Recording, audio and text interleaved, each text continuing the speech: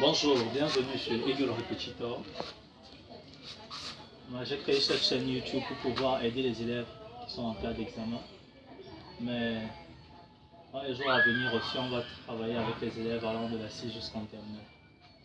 Ok, bon, sans plus tarder, nous allons entrer dans le vif du sujet. Moi, c'est Eglon Sopomuna.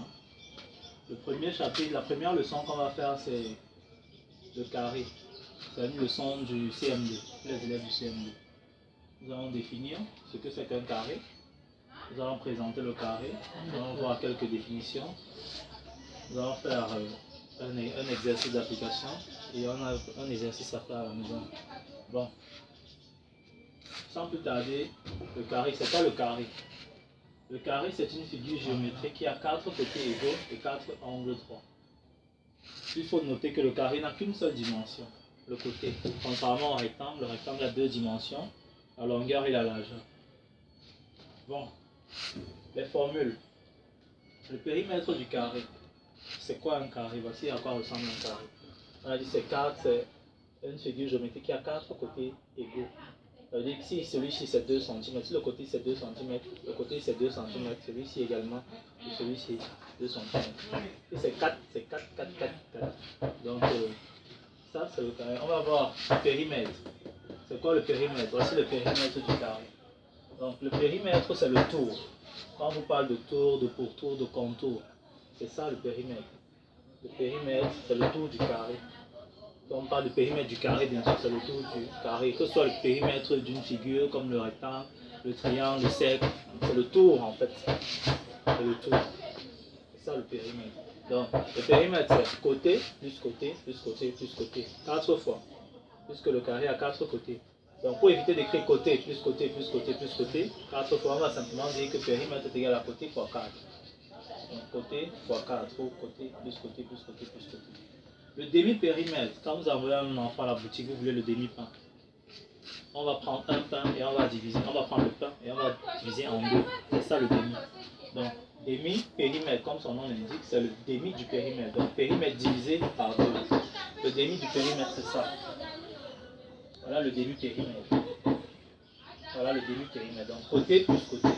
Ou périmètre divisé par 2. Le demi-périmètre du carré, c'est périmètre divisé par 2 ou côté plus côté. Le côté, c'est le périmètre divisé par 4. L'aire ou la surface, c'est côté fois côté. Voici l'aire ici. Toute la partie ici.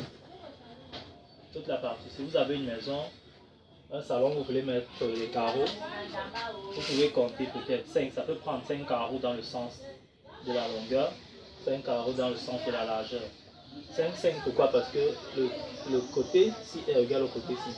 Et maintenant, pour savoir le nombre de carreaux qui va aller sur la surface de votre chambre ou de votre salon, vous allez simplement faire 5 fois 5. Ça va faire 25.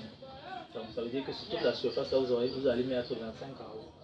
Ok, donc ça c'était les formules et la surface. Maintenant, nous allons faire un exemple.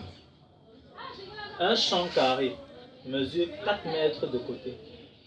Calculez son périmètre, son demi-périmètre, sa surface ou son aire. Un champ carré mesure 4 mètres de côté. Calculez son périmètre, son demi-périmètre, sa surface ou son aire. On lit le problème. Quand on a un problème, on lit le problème 2 ou 3 fois, histoire de mieux comprendre le problème. On cherche à savoir ce qu'on nous demande. La première question qu'on se pose, c'est qu'est-ce qu'on nous demande? Et la deuxième question qu'on se pose, c'est qu'est-ce qu'on a pour trouver ce qu'on nous demande? Maintenant, là, on nous a dit un champ carré mesure 4 mètres de côté. On a lu, on sait de quoi il s'agit du carré.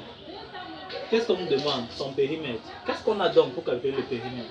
On a le côté qui est 4 mètres. Donc on note à côté égal à 4 mètres.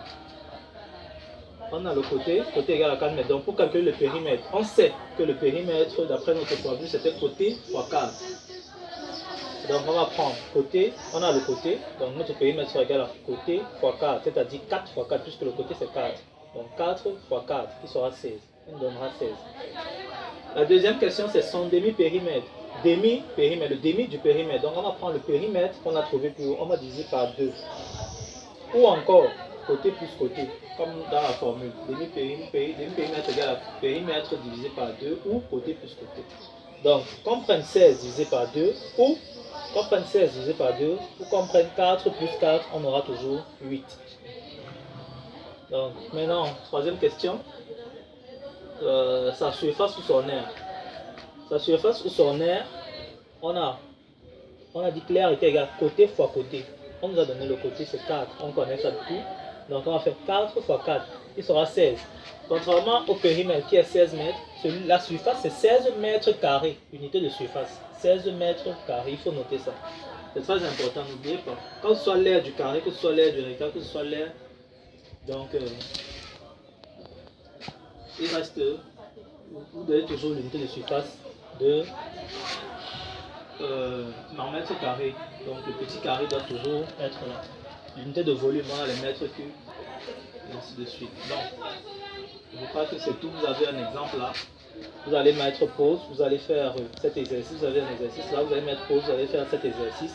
Et lorsqu'on va voir la prochaine leçon sur le carré, sur le rectangle, on va revenir et corriger cet exemple, c'est histoire de faire un feedback. Et maintenant revenir sur le rectangle.